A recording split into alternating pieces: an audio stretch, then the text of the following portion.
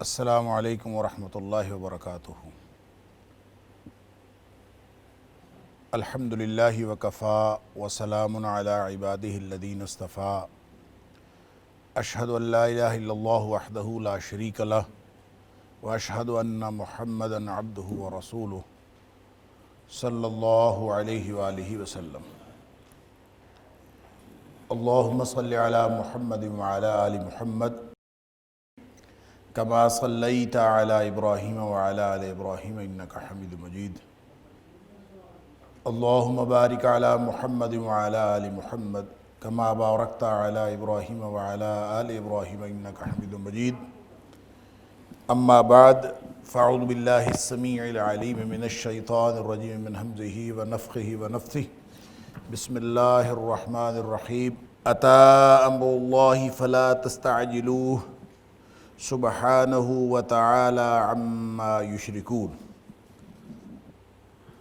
آ گیا ہے اللہ کا حکم، فلا تستعجلوہ، پس تم ہرگز جلدی نہ مچاؤ، سبحانہ، وہ تو بہت پاک ہے ہر قسم کے عیب سے، وتعالی، اور بہت بلند ہے، عما یشرکون، اس چیز سے جو وہ شرک کرتے ہیں یا اس کے ساتھ شریک ٹھہراتے ہیں۔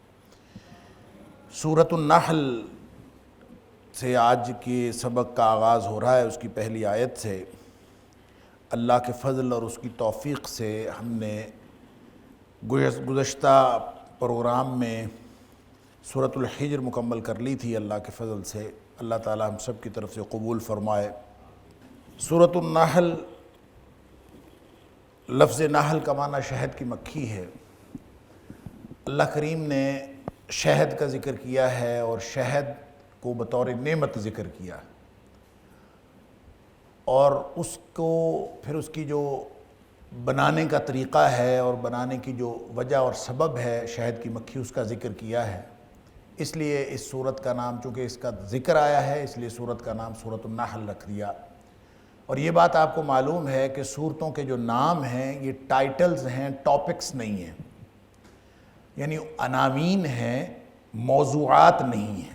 موضوع اور عنوان میں فرق ہوتا ہے۔ عنوان، ٹائٹل، کوئی بھی چیز کسی چیز کو دیا جاتا ہے، اور ضروری نہیں ہے کہ عنوان جو ہے اس کے موضوعات اور اس کے مشتملات جو ہیں وہ ان کو ریفلیکٹ بھی کرتا ہو۔ یعنی ایسا نہیں ہے کہ اس میں شہد کی مکھی کی کہانی ہے، بالکل اسی طرح جیسے البقرہ کا یہ معنی نہیں ہے کہ اس میں صرف گائے کی کہانی ہے، بس اس کا معنی یہ ہے، یہ نام ہے اور عنوان ہے، ٹائٹل ہیں، اس کی وجہ کوئی بھی ہو سکتی ہے۔ وجہ تسمیہ، ہر صورت کی وجہ تسمیہ مختلف بھی ہو سکتی ہے۔ اور اسی طرح چونکہ اس میں سورۃ النحل میں نحل کا ذکر آیا ہے، تو گویا اس سے زیادہ اس کا معنی نہیں ہے کہ یہ وہ صورت ہے جس میں نحل کا ذکر آیا ہے۔ چونکہ نعمتوں کے حوالے سے بات ہوئی ہے تو علامہ قرطبی لکھتے ہیں کہ اس صورت کا نام سورۃ النعم بھی ہے۔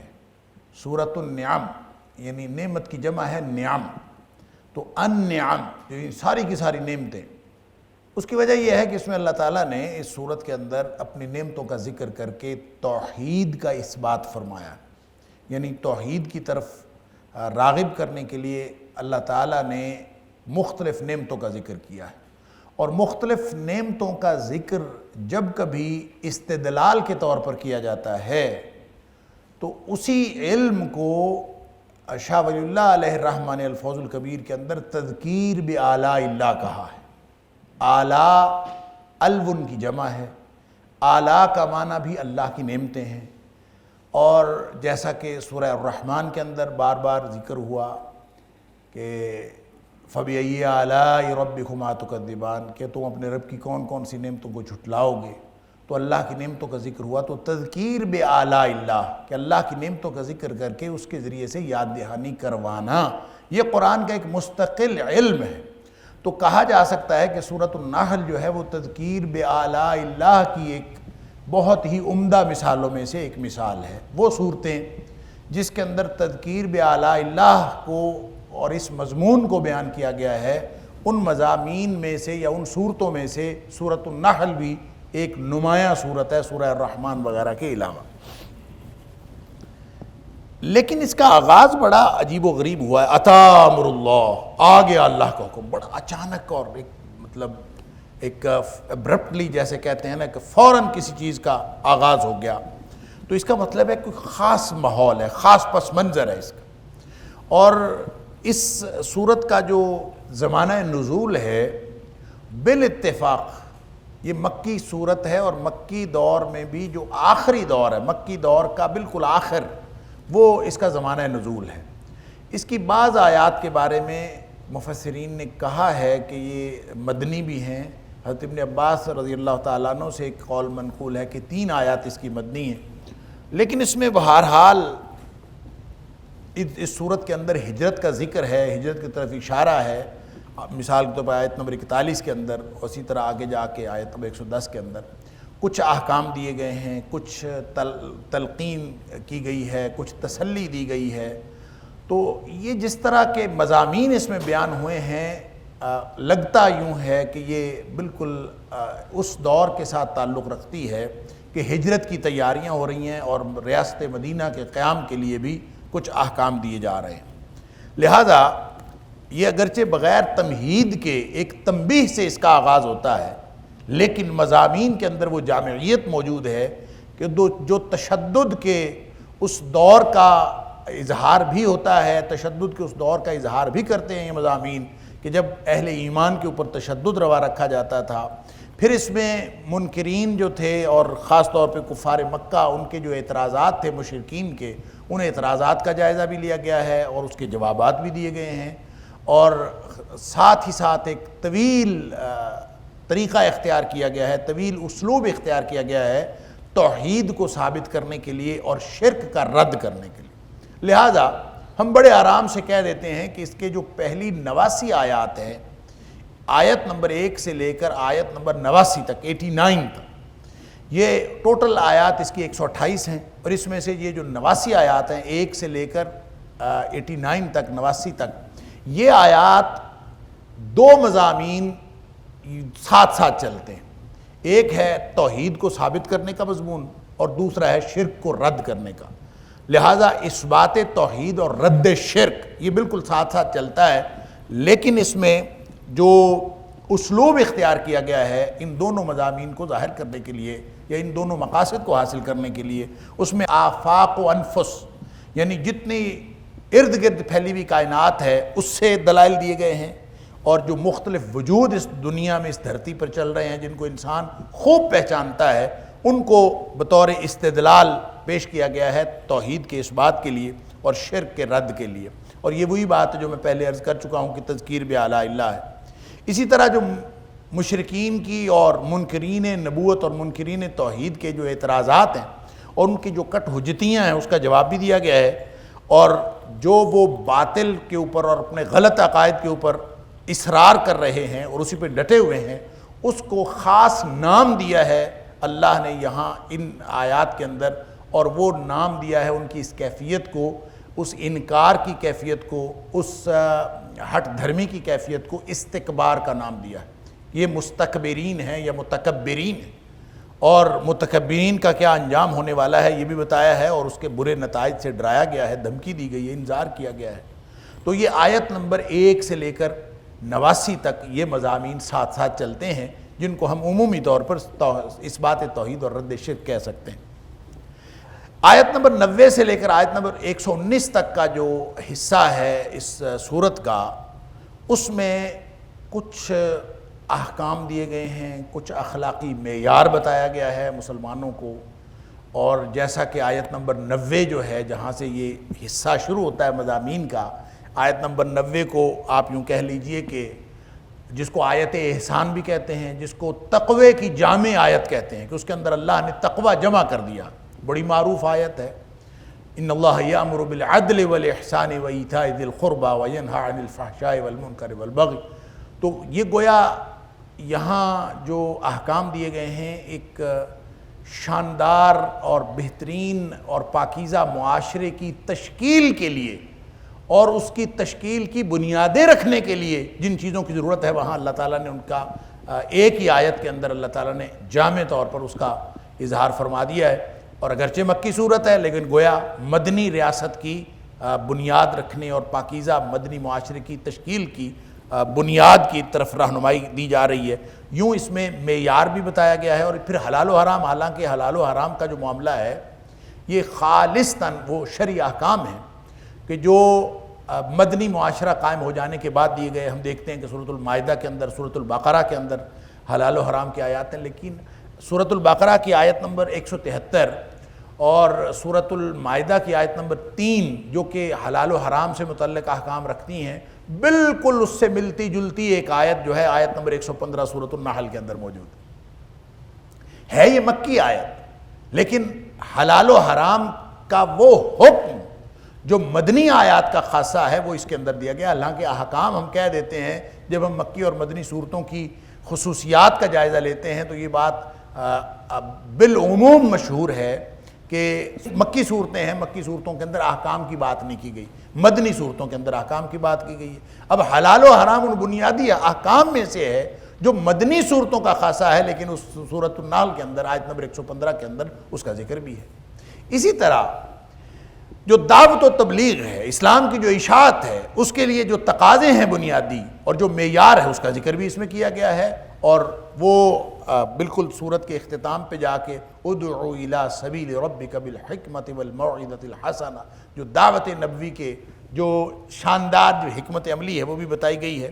تو یوں کہہ لیجئے کہ جو آیت نمبر 120 سے آیت نمبر 128 تک، یعنی سورت کے آخر تک یہ تیسرا حصہ ہے سورۃ النحل کا، اور اس میں نبی اکرم صلی اللہ علیہ وسلم کو اور آپ کے ساتھیوں کو تسلی بھی دی گئی ہے، ڈھارس بھی بندھائی گئی ہے، اور گویا ان کو ایک خوشخبری بھی دی گئی ہے کہ آپ ہجرت کی طرف اشارہ کر کے کہ آپ لوگ یہاں سے چلے جائیں گے، اور ایک خاص معاشرہ تشکیل پا رہا ہے، اور ایک گویا کامیابی کی نوید سنائی جا رہی ہے۔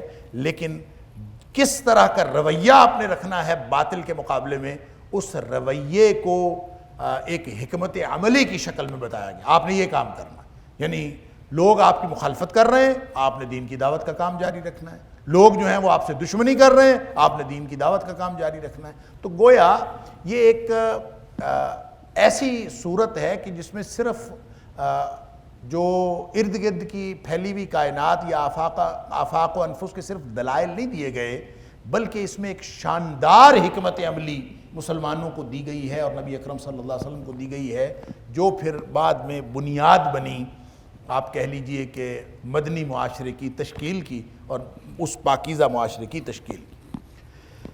اب آ جائیے اس کی پہلی آیت کی طرف کہ اللہ تعالیٰ نے بغیر کسی تمہید کے تنبیہ کے اتی امر اللہ، آ گیا ہے اللہ کا حکم۔ اب یہ کون سا حکم ہے جو آ گیا ہے؟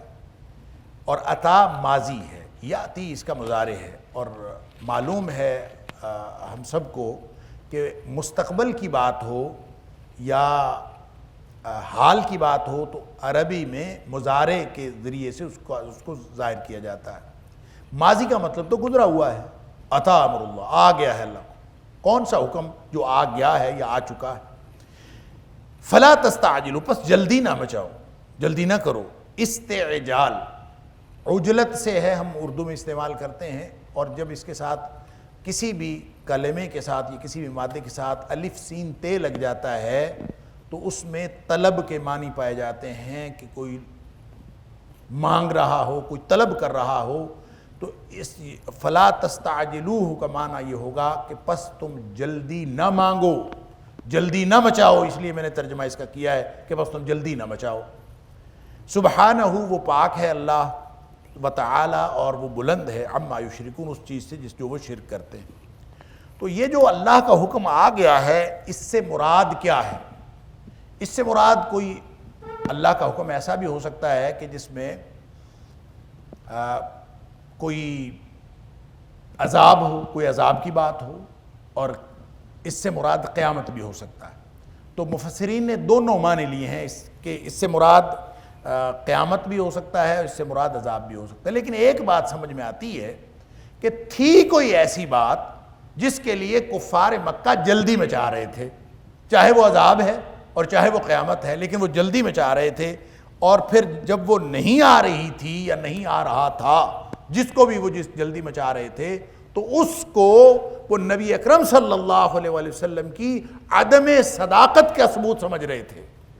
گویا نبی اکرم صلی اللہ علیہ وسلم کی تکذیب کرنے کے لیے بطور دلیل پیش کر رہے تھے کہ آپ تو کہتے ہیں کہ ہم اللہ کی نافرمانی کریں گے تو اللہ کا عذاب آ جائے گا، تو لاؤ اللہ کا عذاب کدھر؟ اور پھر جب وہ عذاب آ نہیں رہا تھا تو وہ سمجھ رہے تھے کہ شاید یہ نعوذ باللہ من ذالک نبی اکرم صلی اللہ علیہ وآلہ وسلم کی صداقت کے اندر کوئی شک ہے، اس لیے عذاب نہیں آ رہا۔ یا پھر دوسرا شک، ظاہر ہے جو بھی ذہن قیامت تک کے لیے کسی بھی طرح کے حالات میں نبی اکرم صلی اللہ علیہ وسلم کی صداقت پر شک کرتا ہے، وہ دراصل اللہ کی وحدانیت پر شک کرتا ہے۔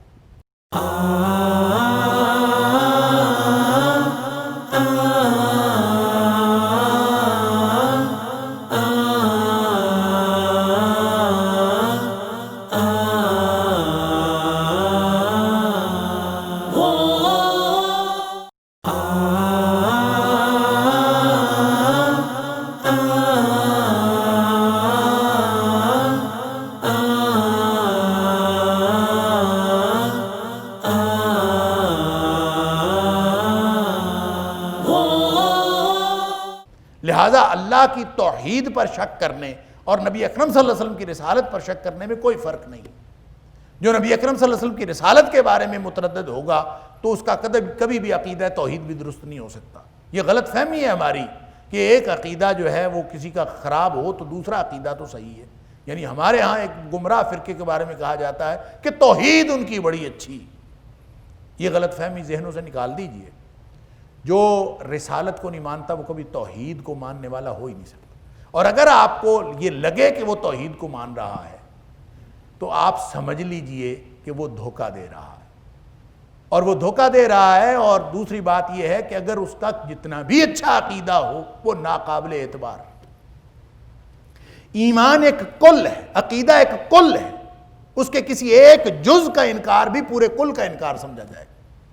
اس عقیدے کو سامنے اللہ تعالیٰ نے یہ واضح کیا ہے۔ اب بات تو نبی کریم صلی اللہ علیہ وسلم کی جھٹلا رہے تھے، تکذیب تو نبی اکرم صلی اللہ علیہ وسلم کی کر رہے تھے، اور گویا عذاب کا نہ آنا نبی اکرم صلی اللہ علیہ وسلم کی ہی تکذیب نہیں ہے، بلکہ گویا وہ اس سے یہ مراد لے رہے تھے کہ تم جس اللہ کا تعارف کروا رہے ہو وہ نعوذ باللہ من ذالک اتنا کمزور ہے کہ وہ ہمارے اوپر عذاب نہیں لا سکتا، وہ ہمارے لیے قیامت نہیں لا سکتا۔ اس لیے اس کی وضاحت بھی کی، سبحانہ وتعالی عما یشرکون۔ تم جس غلط عقیدے کو اور اللہ تعالیٰ کی توحید اور اللہ تعالیٰ کی قدرت کے بارے میں شک کا اظہار کر کے عذاب نہ آنے کو تم سمجھ رہے ہو دلیل اپنے عقیدے کی، اپنے باطل عقیدے کی، تمہیں کیا معلوم سبحانہ وتعالی عما یشرکون۔ جو لوگ شرک کر رہے ہیں اور اپنے اس غلط عقیدے کو شرک کی بنیاد بنا رہے ہیں، کوئی تعلق نہیں ہے ان کا حقیقت سے۔ اللہ کی ذات تو بہت بلند اور پاک ہے، اس کے وہ عیبوں سے پاک ہے۔ سبحانہ کا لفظ جہاں کہیں بھی آتا ہے نا، تسبیح سے مراد کیا ہوتا ہے اس کو ہمیشہ ذہن میں رکھا کیجئے۔ اس لیے کہ ہم ایک کلمہ جو قرآن میں بھی آیا اور نبی اکرم صلی اللہ علیہ وسلم نے فرمایا سبحان اللہ و بحمدہ، نبی اکرم صلی اللہ علیہ وسلم نے فرمایا کہ دو کلمات ایسے ہیں جو اللہ کو بہت ہی پیارے ہیں اور زبان پر بہت ہلکے ہیں اور میزان میں بہت بھاری ہیں، کلمتان حبیبتان الی الرحمن خفیفتان علی اللسان ثقیلتان فی المیزان، اور وہ کیا ہیں؟ سبحان اللہ و بحمدہ سبحان اللہ العظیم۔ اور اسی طرح نبی اکرم صلی اللہ علیہ وسلم نے فرمایا جو شخص سبحان اللہ و بحمدہ بس اتنا یہ کلمہ کہہ لے 100 دفعہ، فرمایا اس کے اللہ تعالیٰ گناہ معاف فرما دیتا ہے چاہے وہ سمندر کی جھاگ کے برابر ہو۔ یہ اتنا عظمت والا کلمہ کیوں ہے؟ کیا ہے اس کلمے کے اندر؟ تو تسبیح کیا ہوتی ہے؟ تسبیح ہم کہتے ہیں اللہ کی پاکی بیان کرنا۔ پاکی کس چیز سے؟ ہر طرح کے عیوب و نقائص سے پاکی بیان کرنا۔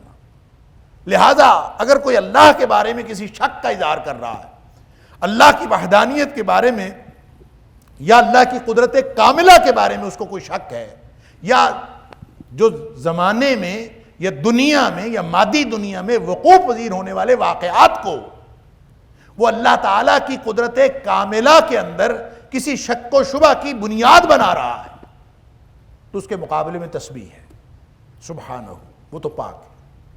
یعنی جس طرح کا بھی عیب اور نقص کسی کے تصور میں آ سکتا ہے، اللہ تعالیٰ اس ہر عیب اور نقص سے پاک ہے، ما برا ہے۔ اب گویا یہ ایک سلبی خصوصیت ہے، سلبی منفی خصوصیت ہے کہ یہ عیب بھی اللہ میں نہیں ہے، یہ عیب بھی اللہ میں نہیں ہے۔ عیب کا، نقص کا، کمی کا، کجی کا جتنا بھی کوئی تصور ہو سکتا ہے وہ اللہ کی ذات میں نہیں ہو سکتا۔ یہ ہے تسبیح کا معنی، لیکن یہ سلبی پہلو، اس کا ایجابی پہلو وَبِحَمْدِهِ ہی ہے۔ حمد کا معنی ہوتا ہے شکر، اور شکر بھی وہ جو نعمت کے مقابلے میں ہو۔ لہذا جب سبحانہ یا سبحان اللہ وبحمدہ کہا جاتا ہے تو جو اس کا سلبی اور ایجابی دونوں پہلو اس کے اندر شامل ہو جاتے ہیں، کہ جب آپ کہتے ہیں کہ وہ ہر طرح کے عیوب و نقائص سے پاک ہے اور بلند و بالا ہے، تو اس کا مطلب یہ نہیں ہے کہ اس کے اندر خوبیاں نہیں ہیں۔ خوبیوں اور کمالات کے اعتبار سے دنیا کائنات میں کسی اور کی اتنی خوبیاں ہو ہی نہیں سکتی جتنی اس کی۔ لہذا سلبی اعتبار سے بھی انتہا کہ عیوب و نقائص سے پاک ہے، اور ایجابی اعتبار سے بھی انتہا۔ یہ ہے تسبیح کا معنی۔ جب اللہ کریم یہ فرماتے ہیں کہ سبحانہ، تو سلبی اور ایجابی پہلو دونوں اس کے اندر شامل ہوتے ہیں۔ وہ پاک ہے ہر طرح کے ان عیوب و نقائص سے جو تمہارے تصورات میں آتے ہیں، اور اس کے اندر وہ ساری خوبیاں اور کمالات موجود ہیں جو تمہارے تصور سے بھی زیادہ ہے۔ لہٰذا تمہارے ذہن میں قیامت نہ آنے کی وجہ سے یا عذاب اللہ کا نہ آنے کی وجہ سے یہ اگر شک پڑ رہا ہے کہ کہیں نبی اکرم صلی اللہ علیہ وسلم نعوذ باللہ من ذالک وہ اپنے دعوے میں جھوٹے تو نہیں ہیں، نعوذ باللہ من ذالک، یا یہ شک پڑ رہا ہے کہ اللہ جو ہے عذاب لانے میں یا قیامت برپا کرنے میں کمزور تو نہیں ہے، یہ جو تمہارے شکوک و شبہات ہیں، سبحانہ، وہ ہر طرح کے عیوب و نقائص سے پاک ہے، وتعالی، اور بہت بلند ہے، عما یشرکون، جو وہ شرک کر رہے ہیں۔ یہ شرک کی بنیاد ان کے یہ غلط تصورات۔ اب عطا امر اللہ کیوں کہا؟ اس لیے کہا، ایک بڑی خوبصورت ترتیب ابن عباس رضی اللہ تعالیٰ عنہ کے حوالے سے علامہ قرطبی نے لکھی، سبحان اللہ۔ وہ کہتے ہیں کہ ہوا یوں کہ جب یہ آیت نازل ہوئی، اقتربت الساعۃ وانشق القمر، سورہ قمر کی پہلی آیت، کہ قیامت تو قریب آ گئی اور چاند پھٹ گیا۔ جب یہ آیت نازل ہوئی تو کفار مکہ نے انتظار کرنا شروع کر دیا کہ اللہ نے کہہ دیا ہے قریب آ گئی ہے، تو اب دیکھتے ہیں کتنے دنوں میں آتی۔ تو دیکھتے رہے، انتظار کرتے رہے، کوئی نہیں آئی۔ چند دن، چند ہفتے انتظار کیا، کوئی نہیں آئی، تو وہ پکے ہو گئے نعوذ باللہ من ذالک کہ نبی اکرم صلی اللہ علیہ وسلم کی دی ہوئی خبریں ٹھیک نہیں ہیں۔ پھر یہ آیت اتری، سورہ انبیاء کی پہلی آیت، اقترب للناس حسابہم، لوگوں کا حساب اور ان کے حساب کا دن ان کے سر پہ آ پہنچا ہے، قریب آ گیا ہے، گویا قرب وَهُمْ عَنْهَا مُورِدُونَ، اور لوگ ہیں کہ وہ اس کی طرف توجہ نہیں کرتے۔ اب انہوں نے انتظار کرنا شروع کر دیا، اچھا حساب کا وقت قریب ہے، تو قرب قیامت کا انتظار کرنے لگے۔ کوئی ایسا واقعہ رونما نہیں ہوا کہ اس کو سمجھیں کہ یہ قرب قیامت ہے، اللہ اکبر۔ تو پھر وہ گویا اپنے ان باطل عقائد میں مزید پختگی محسوس کرنے لگے، تو پھر اللہ نے یہ آیت نازل فرمائی، عطا امر اللہ، قریب نہیں آیا، یوں سمجھو آ چکا ہے، وقوع پذیر ہو گیا ہے، تمہیں سمجھ نہیں آ رہی، تمہیں دکھائی نہیں دے رہا، اللہ کا حکم تو آ گیا ہے۔ اور ماضی کا صیغہ اس لیے استعمال کیا کہ اس کا وقوع پذیر ہونا اتنا یقینی ہے کہ جتنا ماضی میں کوئی واقعہ وقوع پذیر ہو چکا ہو۔ یعنی جیسے ماضی میں کوئی واقعہ، ہمارے ہاں ماضی ہے نا، اللہ کے ہاں تو ماضی، حال، مستقبل ایک ہی ہے، اللہ کے ہاں تو ایک وقت کل ہے، اللہ کے سامنے ہے۔ جیسے ہمارا علم ماضی کے اعتبار سے، اللہ کا علم مستقبل کے اعتبار سے بھی ویسے ہی ہے، بلکہ اس سے بھی کہیں کامل ہے۔ ہمارے علم کی اللہ کے علم کے ساتھ نہ صرف درجے کے اعتبار سے ہم کوئی نسبت اللہ سے نہیں رکھتے، بلکہ نوعیت کے اعتبار سے بھی ہم انسانوں کے علم کی اللہ کے علم کے ساتھ کوئی نسبت نہیں۔ لہٰذا اللہ کے علم میں تو آ چکا ہے، وہ یقینی ہے۔ یہ انسانوں کا علم ہے کہ وہ سوچتے ہیں کہ پتہ نہیں آنا کہ نہیں آنا. تو یہ جو اسلوب بیان ہے یہ بتاتا ہے کہ جس کا فیصلہ اللہ نے کر لیا ہو اس کا وقوع پذیر ہونا اتنا یقینی ہے کہ وہ یوں سمجھے کہ تمہارے سروں پہ آ چکا ہے.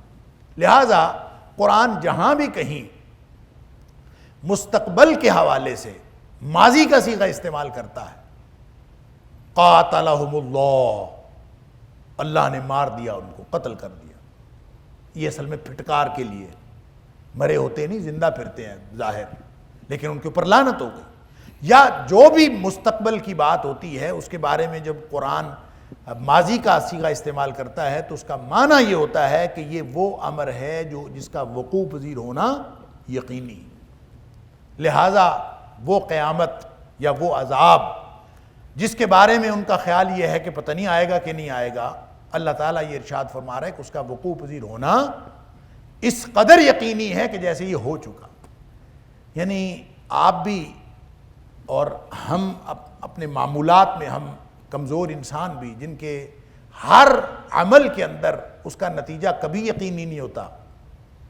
ہمارے اعمال میں کوئی نتیجہ کبھی یقینی نہیں ہوتا، کچھ بھی ہو سکتا ہے، ایک لمحہ پہلے بھی کچھ ہو سکتا ہے، لیکن پھر بھی جس کا وقوع پذیر ہونا ہمیں سامنے نظر آ رہا ہو تو ہم ماضی کا صیغہ استعمال کرتے ہیں اپنے الفاظ میں، اپنے اسلوب بیان میں یہ استعمال ہوتا ہے. مثلاً آپ کہتے ہیں کہ ہم پہنچ گئے، حالانکہ آپ ابھی راستے میں ہوتے ہیں. آپ نے خاص وقت میں پہنچنا ہوتا ہے تو آپ کہتے ہیں ہم پہنچ گئے، حالانکہ اس کا مطلب یہ ہوتا ہے کہ ہم اس مقررہ وقت سے پہلے پہنچ جائیں گے. ایک تو اس اسلوب بیان کا معنی یہ ہے کہ وقوع پذیر ہونا یقینی، اور دوسرا اس کا اور معنی بھی ہے. وہ معنی یہ ہے کہ بات اس سے مراد امر اللہ سے مراد قیامت ہو، یا امر اللہ سے مراد اللہ کا عذاب ہو، یا جو بھی ان کے لیے اللہ نے فیصلہ فرمایا ہے وہ ہو، اس کے وقوع پذیر ہونے کی ابتدا تو ہو چکی ہے واقعتاً. اصل میں امر اللہ کو بھی سمجھ لیجئے، اللہ تعالیٰ نے قرآن میں خلق اور امر کو الگ الگ کیا. الا لہ الخلق والامر، سورہ اعراف کے اندر ہم پڑھا ہے. ایک خلق ہے، ایک امر ہے.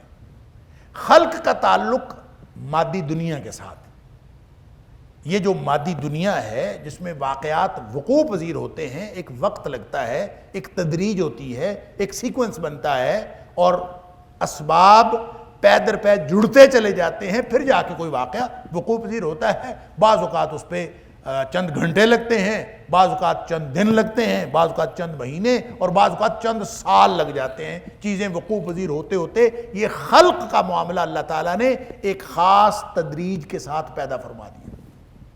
لہذا یہ ممکن نہیں ہے کہ معاملہ مادی دنیا کا ہو اور اس کے بارے میں اللہ تعالیٰ کا حکم آ جائے اور اللہ تعالیٰ کا فیصلہ آ جائے تو وہ ایک ہی دن میں وقوع پذیر ہو جائے. ایسا نہیں ہوتا.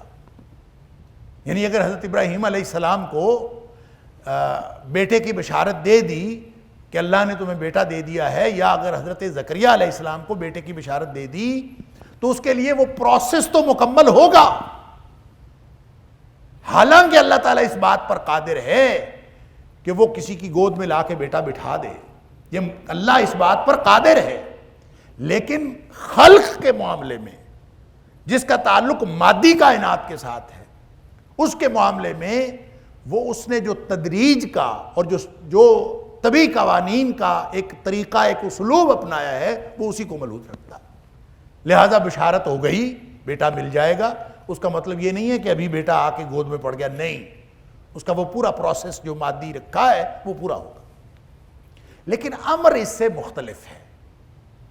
اللہ کا امر یہ ہے کہ جب اللہ کا حکم ہوتا ہے نا تو وہ چیز مادی اسباب کی پابند نہیں ہوتی.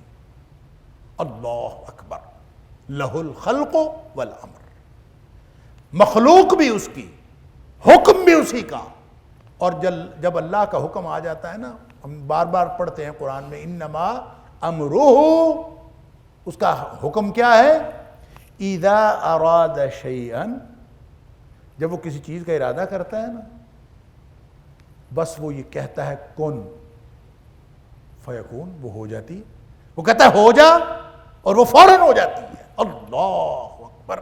گویا اللہ کے امر کے وقوع پذیر ہونے میں نہ سال لگتے ہیں، نہ مہینے لگتے ہیں، نہ گھنٹے لگتے ہیں، نہ ہفتے، نہ دن، نہ منٹ. کون ہو جا فیکون، اور وہ ہو جاتی ہے. اللہ، یہ ڈرایا جا رہا ہے کہ تم سمجھ رہے ہو کہ اس کے وقوع پذیر ہونے میں پتہ نہیں کتنا وقت لگے گا، کتنا عرصہ لگے گا. اللہ کا حکم تو یوں سمجھو سر پہ کھڑا ہے ہر وقت. بس یوں اللہ کا حکم ہونا ہے. اگر اس نے حکم دے دیا تو یہ چھت گر جائے گی، اس نے حکم دیا تو یہ زمین پھٹ جائے گی. مادی اسباب ہیں چاہے نہیں ہیں. اَأَمِنْتُم مَّن فِي السَّمَاءِ أَن يَخْسِفَ بِكُمُ الْأَرْضَ، کیا تم بے خوف ہو گئے ہو کہ یہ زمین پھٹ جائے؟ یہ نہیں پھٹ رہی تو اس کا امر نہیں آیا، چھت نہیں گر رہی. ام امنتم من فی السماء ان یرسل علیکم حاصبا، آسمان سے پتھروں کی بارش نہیں ہو رہی تو اس کی مہربانی، اس کی رحمت. اگر وہ حکم دے دے ایک لمحے میں سب تلپٹ ہو جائے گا. انما امرہ اذا اراد شیئا ان یقول لہ کن فیکون، اس نے کہنا ہے ہو جا تو ہو جاتی ہے. تو جب اللہ کا حکم اپنی نوعیت کے اندر یہ طاقت رکھتا ہے اور یہ قدرت رکھتا ہے تو تمہیں اللہ کے حکم کے بارے میں شک کرنے کی ضرورت کیسی ہوئی؟ عطا امر اللہ، اللہ کا حکم تو سر پہ کھڑا ہے. رہ گئی بات دنیاوی واقعات کے وقوع پذیر ہونے کی، تو اس اعتبار سے بھی تمہیں نبی اکرم صلی اللہ علیہ وسلم کی ذات اقدس نہیں نظر آ رہی؟ نبی اکرم صلی اللہ علیہ وسلم کی تشریف آوری اس بات کی علامت تھی کہ قیامت سر پہ آ گئی ہے. نبی اکرم صلی اللہ علیہ وسلم کا یہ فرمان کہ انا والساعۃ کہاتین، میں اور قیامت یوں اکٹھے ہیں، یوں جڑے ہوئے ہیں. یوں آپ نے دونوں انگلیوں کا اشارہ کیا، جیسے اس انگلی اور اس انگلی کے درمیان کوئی فاصلہ نہیں ہے. نبی اکرم صلی اللہ علیہ وسلم کی تشریف آوری اور قیامت کے درمیان بھی کوئی فاصلہ نہیں.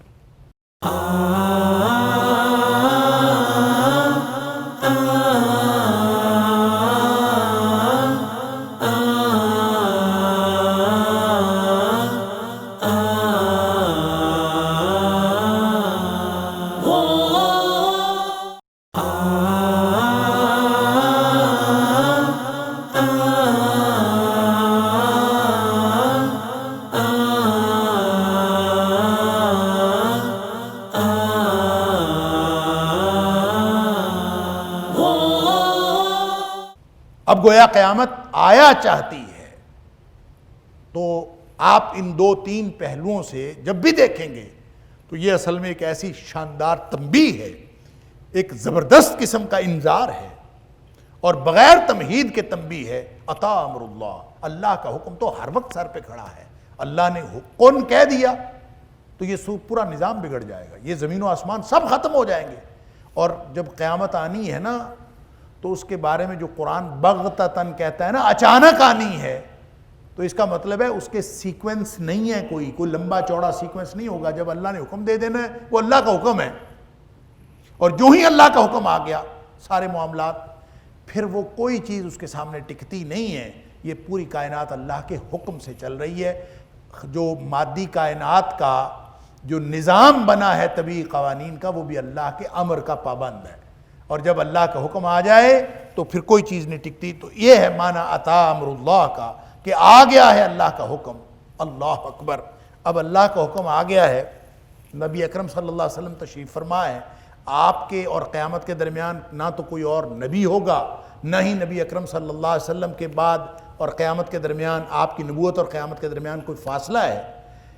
اس کا مطلب یہ ہوا کہ قیامت کے وقوع پذیر ہونے کا اور اس کی نشانیوں کا آغاز تو ہو چکا.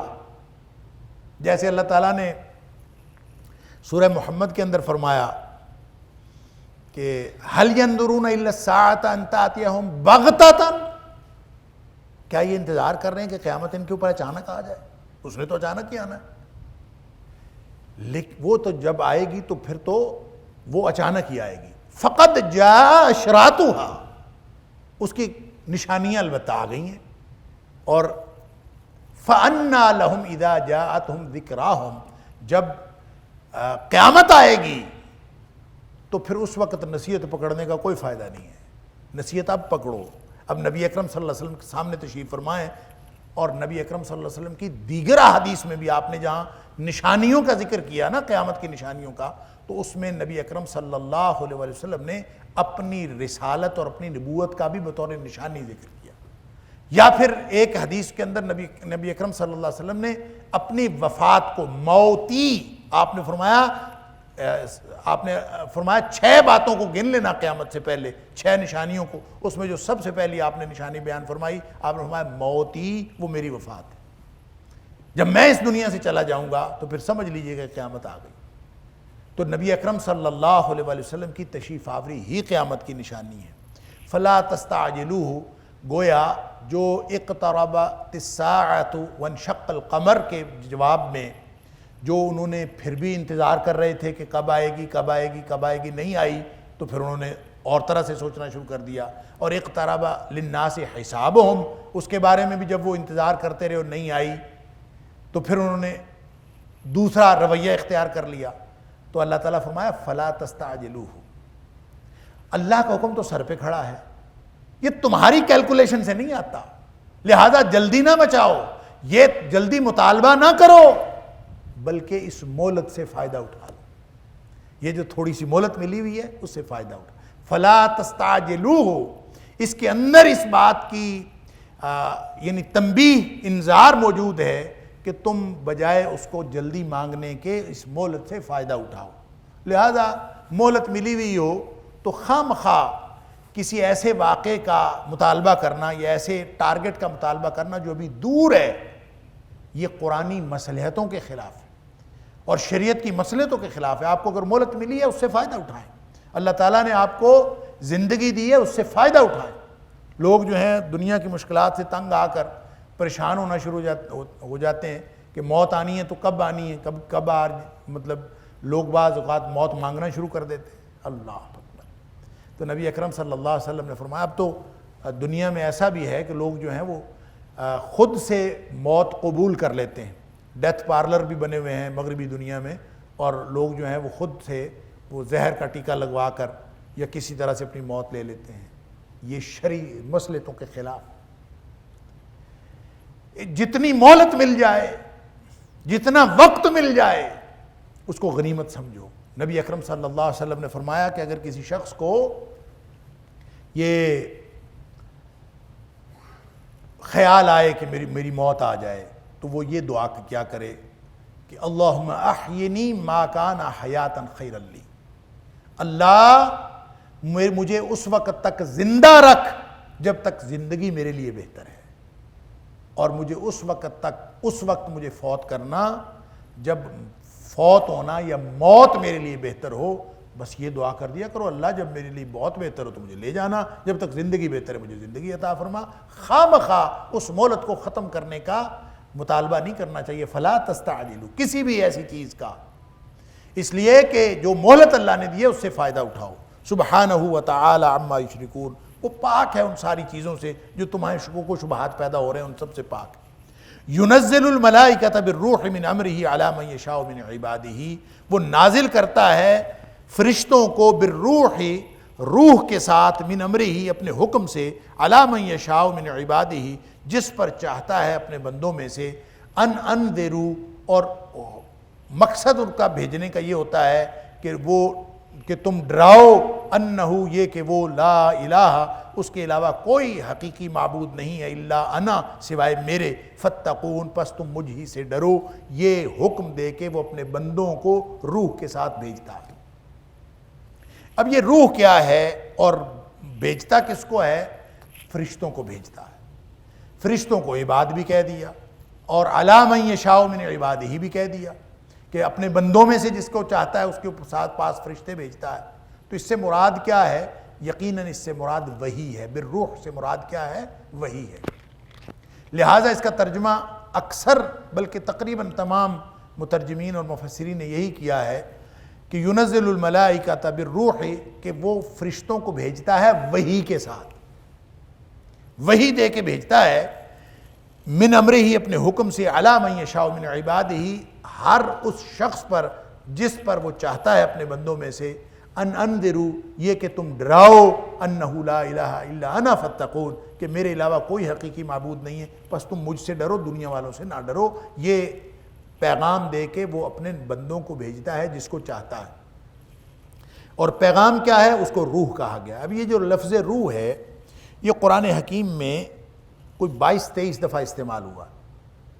ان میں سے کوئی 3-4 دفعہ روح القدس کے طور پر استعمال ہوا. لہذا اس سے کیا مراد ہے؟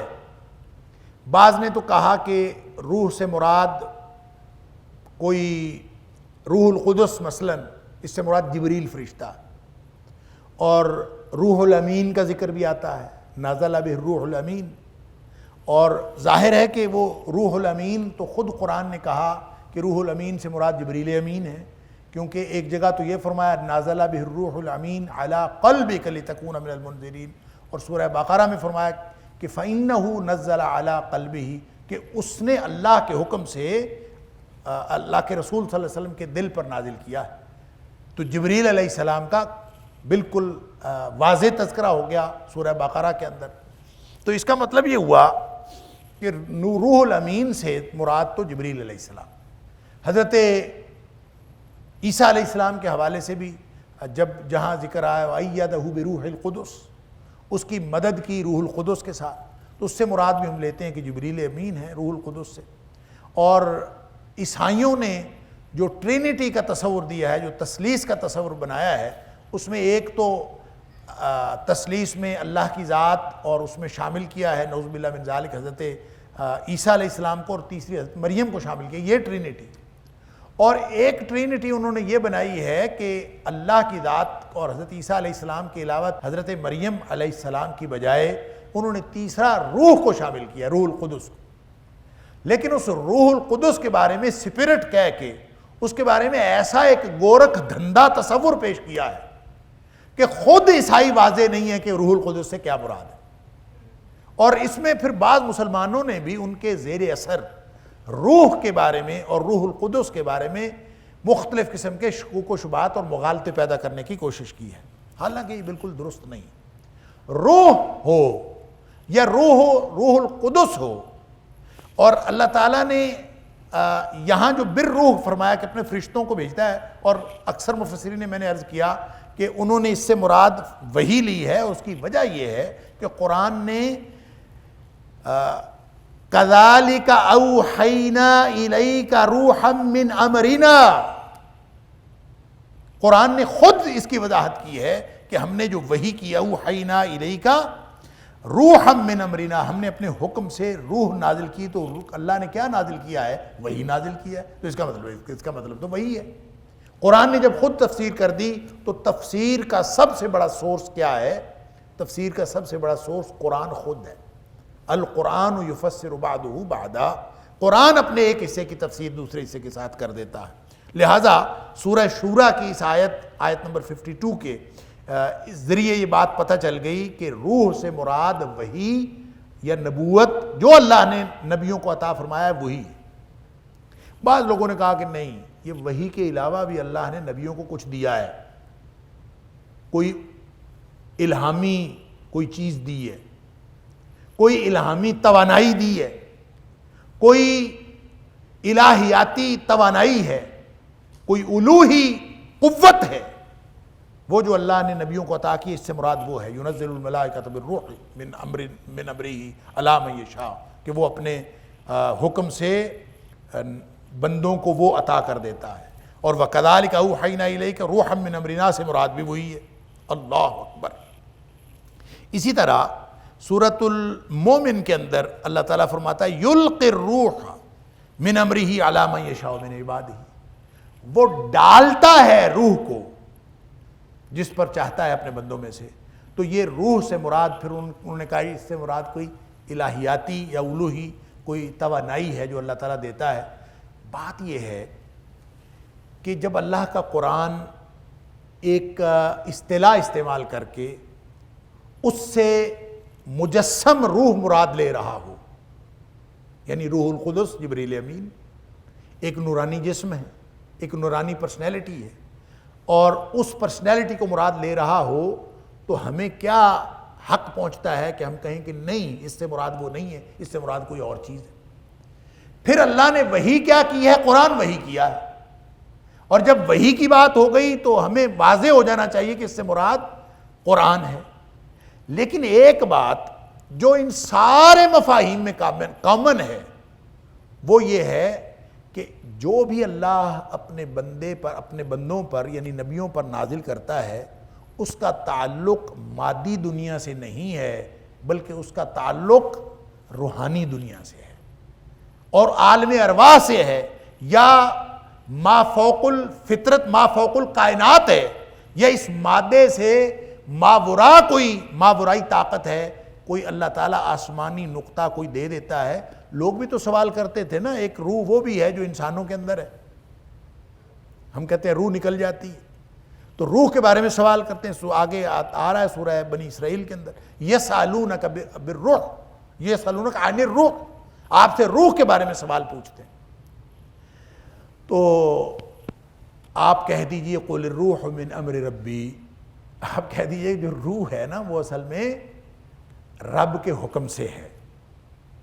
اب یہاں پہ حضرت شاہ ولی اللہ علیہ الرحمہ نے بڑی خوبصورت بحث کی ہے حجت اللہ البالغہ کے اندر کہ روح جو ہے وہ کیا چیز ہے، اور ہم اس کا ترجمہ کرتے وقت بعض اوقات کر جاتے ہیں کہ قل الروح من امر ربی، روح امر ربی ہے، رب کا حکم ہے۔ تو اب اللہ کا حکم، قرآن نے یہ تو نہیں کہا کہ وہ اللہ کا حکم ہے، بلکہ کہا من امر ربی، وہ رب کے حکم سے ہے۔ لہذا روح کے بارے میں شاہ ولی اللہ کا نقطہ نظر یہ ہے کہ وہ جو آگے اللہ تعالیٰ نے فرمایا وما اوتیتم من العلم الا قلیلا، کہ تمہیں اس کے بارے میں بہت ہی تھوڑا علم دیا گیا ہے، کہ تم صحیح علم حاصل کر نہیں سکتے، تو شاہ ولی اللہ کا خیال یہ ہے کہ اس سے مخاطب وہ تھے جنہوں نے سوال کیا تھا روح کے بارے میں، اور وہ تھے یہودی اور مشرکین۔ یہودیوں کے مشورے سے مشرکین نے سوال کیا تھا اور ان کو جواب دیا گیا تھا کہ تمہارے پاس علم نہیں ہے اس کا، وما اوتیتم من العلم الا قلیلا، تمہیں بہت تھوڑا علم دیا گیا ہے۔ البتہ اللہ نے نبی اکرم صلی اللہ علیہ وسلم کو اس کا علم دیا، اور اللہ کے رسول صلی اللہ علیہ وسلم نے آگے یہ علم پہنچایا ہے۔ لہٰذا روح سے مراد وہ آسمانی اور نورانی نقطہ ہے جو اللہ تعالیٰ کسی بھی مادی جسم کے اندر ڈال دیتا ہے۔